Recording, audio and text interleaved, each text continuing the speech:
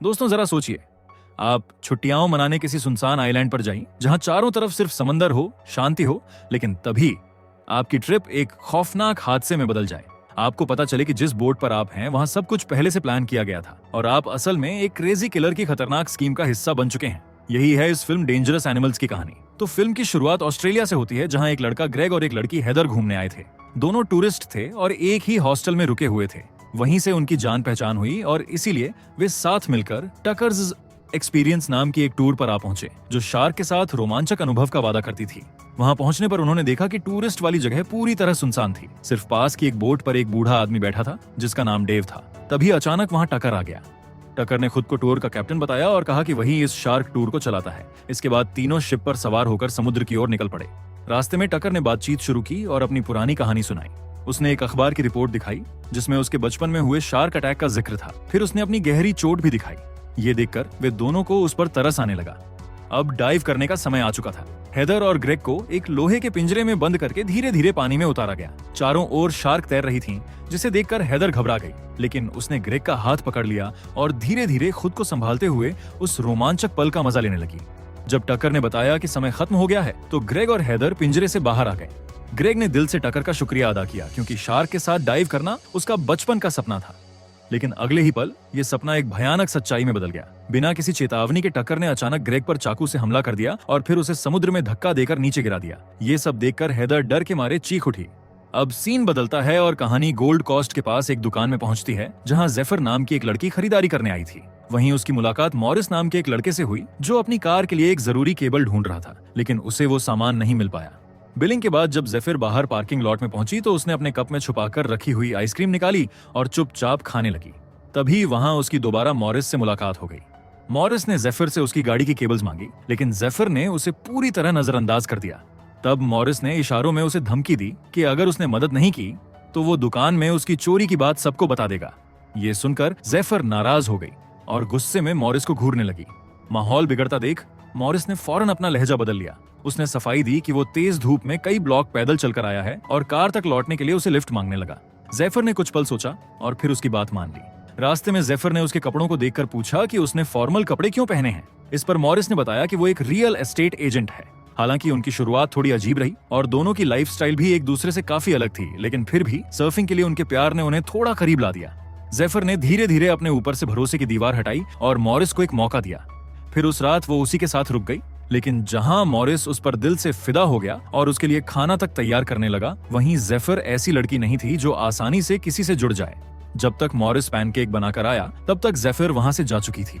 जब जेफिर ने बीच के पास अपनी वैन पार्क की तभी उसे याद आया कि उसकी लीश उस लड़के के घर पर रह गई है। पास ही एक ट्रक खड़ा देखकर वो किसी और की चाबी ढूंढने लगी।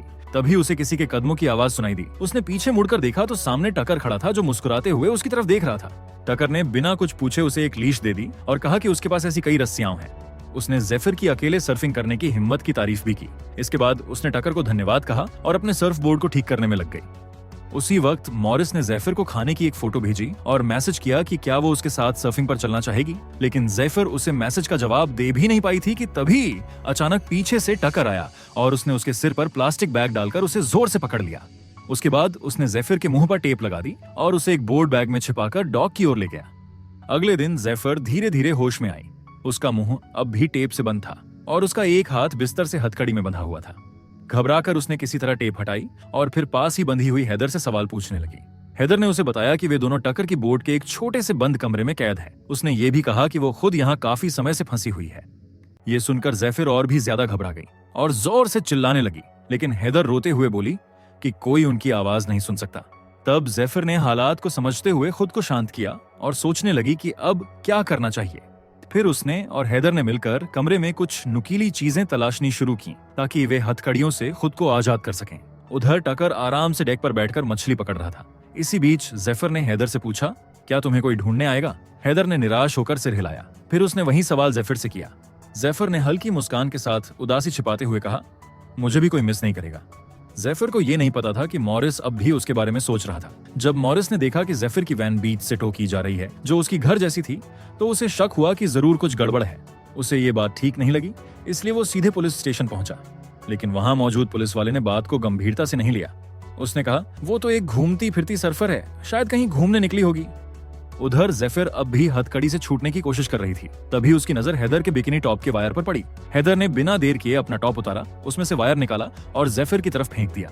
जेफिर ने तुरंत उसे हथकड़ी खोलने की कोशिश शुरू कर दी, लेकिन तभी किसी के कदमों की आहट सुनाई दी तो दोनों ने वायर और सब कुछ जल्दी से छिपा लिया। टकर अंदर आया और उनके लिए खाने पीने की चीजें लाया। हेदर थोड़ी देर के लिए सोच में पड़ गई। उसे अपनी प्यास बुझानी थी, लेकिन वो जानती थी कि अगर टकर को पता चल गया कि वो टॉपलेस है तो उनका प्लान खतरे में पड़ सकता है। फिर भी प्यास इतनी तेज थी कि उसने रिस्क लेने का फैसला किया। उधर जेफिर ने टकर का ध्यान भटकाने के लिए जानबूझकर जोर से खाने की मांग की। टकर उसकी बातों में आ गया और एक शिकारी जैसी लंबी स्पीच देने लगा। टकर के जाने के बाद जेफिर ने हेदर को उसका टॉप लौटाया और तेजी से हथकड़ी खोलने लगी, लेकिन तभी उसे चक्कर जैसा महसूस हुआ। उधर हेदर पहले ही बेहोश हो चुकी थी। ये देख जेफिर को समझ आया कि पानी में कुछ मिलाया गया था। घबराहट में उसका वायर नीचे गिर गया।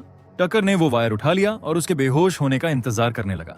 जब जेफिर की आंख खुली तो उसने खुद को बोट के डेक पर एक कुर्सी से बंधा हुआ पाया। सामने उसने देखा कि हेदर एक क्रेन जैसी मशीन से लटकी हुई थी। टकर ने एक वीडियो कैमरा सेट किया और एक और अजीब स्पीच शुरू की, इस बार शार्क की तारीफ करते हुए कि वो दुनिया की सबसे ताकतवर प्रजाति है। फिर टकर ने हेदर के बालों की एक लट काट दी। उसी वक्त हेदर धीरे धीरे होश में आने लगी। फिर टकर ने धीरे धीरे क्रेन का हैंडल नीचे करना शुरू किया। हेदर जोर जोर से चिल्ला रही थी और खुद को छुड़ाने की कोशिश कर रही थी। तभी एक शार्क पानी से निकला और उसकी टांग पर हमला कर दिया। हेदर बुरी तरह तड़प रही थी, लेकिन अब भी जिंदा थी। थोड़ी देर में शार्क उसे खींच कर ले गए और टकर ये पूरा मंजर कैमरे में रिकॉर्ड करता रहा। उसने जेफिर के चेहरे के डर को भी कैमरे में कैद किया। बाद में जब जेफिर दोबारा स्टोरेज रूम में बंद थी तो उसकी नजर दीवार पर पड़ी। पेंट की परत के नीचे उसे कुछ नाम दिखे।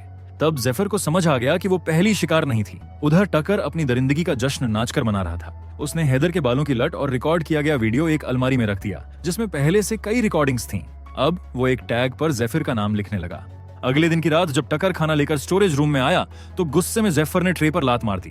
टकर ने कुछ नहीं कहा और चुपचाप वहां से चला गया। जैसे ही वो गया, जेफिर ने पास पड़ी बाल्टी को खोलकर उसका एक धारदार हिस्सा निकाल लिया। उधर टकर ने बेहोशी वाला इंजेक्शन तैयार किया और वापस स्टोरेज रूम में आया। जैसे ही वो इंजेक्शन लगाने झुका, जेफिर ने वो धारदार टुकड़ा उसके गले में घुसा दिया। टकर जमीन पर गिर गया।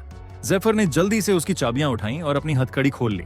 वो अभी टकर की जेब चेक ही कर रही थी कि तभी टकर को होश आ गया। ये देख जेफिर तुरंत भागकर बाहर आई और उसे स्टोरेज में बंद करने की कोशिश की, लेकिन टकर ने दरवाजा अपने शरीर से रोक लिया। फिर जेफिर सीढ़ियों की ओर भागी, लेकिन टकर ने उसे पकड़ लिया और इंजेक्शन उसकी टांग में घुसा दिया। जेफिर ने गुस्से में उसे मुंह पर लात मारी। टकर गिर पड़ा और जेफिर ऊपर वाले हिस्से की ओर भाग गई। वो रेडियो से मदद मांगने की कोशिश कर रही थी, लेकिन इंजेक्शन का असर शुरू हो चुका था। तभी उसने खिड़की से देखा कि पास एक नाव पार्टी कर रही है। वो जोर से हाथ हिलाने लगी, चिल्लाने की कोशिश की, लेकिन उसकी आवाज निकल नहीं रही थी। तब टकर आ गया और उसे वीडियो कैमरे का ट्राइपॉड पकड़ते देख हंसने लगा। जेफिर को पता था कि अब उसमें ताकत नहीं बची, इसलिए उसने कैमरा उठाकर समंदर में फेंक दिया और फिर खुद नाव से नीचे कूद गई। जैसे ही वो पानी में गिरी वो बेहोश हो गई, लेकिन उसी वक्त उसका हाथ एक हुक में फंस गया जो उसे खींचने लगा। अगले दिन मॉरिस अब भी जेफिर को लेकर परेशान था। उसकी चिंता और बढ़ गई जब उसे एक टूटी नाव मिली जो बहाव में बह रही थी। जेफिर का कोई सुराग ढूंढने के लिए उसने एक ऐप की मदद से बीच के आसपास लगे सीसीटीवी कैमरों की फुटेज देखनी शुरू की। तब उसने देखा कि जेफिर की वैन के पीछे एक टो ट्रक जा रहा था। उसने ट्रक पर लगे लोगों को झूम किया और टकर का एक्सपीरियंस नंबर पता कर लिया। उधर टकर एक और वीडियो कैमरा लेने शहर चला गया था। कुछ देर बाद मॉरिस बोट पर पहुंचा। टकर वहां नहीं था, इसलिए मॉरिस चुपचाप बोट पर चढ़ गया और चारों तरफ देखने लगा। तभी उसे दीवार के अंदर से किसी के हाथ पटकने की आवाज आई। ये सुन मॉरिस ने डेक की खिड़की तोड़ी और सीधे स्टोरेज रूम में पहुंचा, जहां जेफिर हथकड़ी से बंधी हुई थी। जेफिर ने उसे कहा कि वो जल्दी से पुलिस को कॉल करे। मॉरिस जैसे ही फोन पर कॉल करते हुए ऊपर की सीढ़ियां चढ़ने लगा, तभी टकर वहां आ गया। उसने मॉरिस को जोर से धक्का देकर नीचे गिरा दिया। फोन पर कॉल लग चुकी थी। मॉरिस कुछ बोलने की कोशिश कर रहा था, लेकिन टकर ने उसे इतना मारा कि वो कुछ बोल ही नहीं सका। फिर टकर ने गुस्से में फोन को तोड़ दिया और पास पड़ा हुक उठाकर मॉरिस को मारने ही वाला था कि अचानक मॉरिस ने शॉपिंग बैग से उस पर जोरदार हमला कर दिया। टकर जमीन पर गिर गया और मॉरिस उसे मारने ही वाला था कि तभी डेव वहां आ गया और पैडल से मॉरिस के सिर पर जोरदार वार किया। उसी वक्त डेव को शिप के नीचे से किसी लड़की की चीखें सुनाई दी। अब उसे एहसास हुआ कि ये मामला कुछ अलग है, लेकिन इससे पहले कि वो कुछ और समझ पाता, टकर ने अचानक हुक की नोक डेव के माथे पर मार दी। अब उसने मॉरिस को भी जेफिर के साथ कैद कर दिया। मॉरिस ने उसे माफी मांगी कि वो उसे बचा नहीं पाया, लेकिन जेफिर ने उसे दूर कर दिया और कहा कि वो अकेले ही ठीक थी। तभी बोट अचानक धीमी हो गई और टकर स्टोरेज रूम में आया। उसने दोनों को बेहोश कर दिया। जब जेफिर की आंख खुली तो वो फिर से डेक पर थी। सामने मॉरिस क्रेन में फंसा हुआ था। जब जेफिर ने ये देखा तो उसने टकर से मॉरिस को छोड़ने की भीख मांगी, लेकिन टकर पर कोई असर नहीं हुआ। उसने मॉरिस को क्रेन से उठाया और बोट के किनारे लटकाया, फिर उसे आधा पानी में डुबो दिया, ठीक वैसे ही जैसे उसने हेदर के साथ किया था। नीचे शार्क गोल गोल चक्कर लगा रही थी। तभी जेफर को एक आइडिया आया। उसने जोर से मॉरिस को कहा कि वो एकदम शांत और स्थिर खड़ा रहे। मॉरिस ने डर के बावजूद खुद को संभाला और बिल्कुल नहीं हिला। नतीजा ये हुआ कि शार्क ने उस पर बिल्कुल हमला नहीं किया। ये देख टकर को गुस्सा आ गया।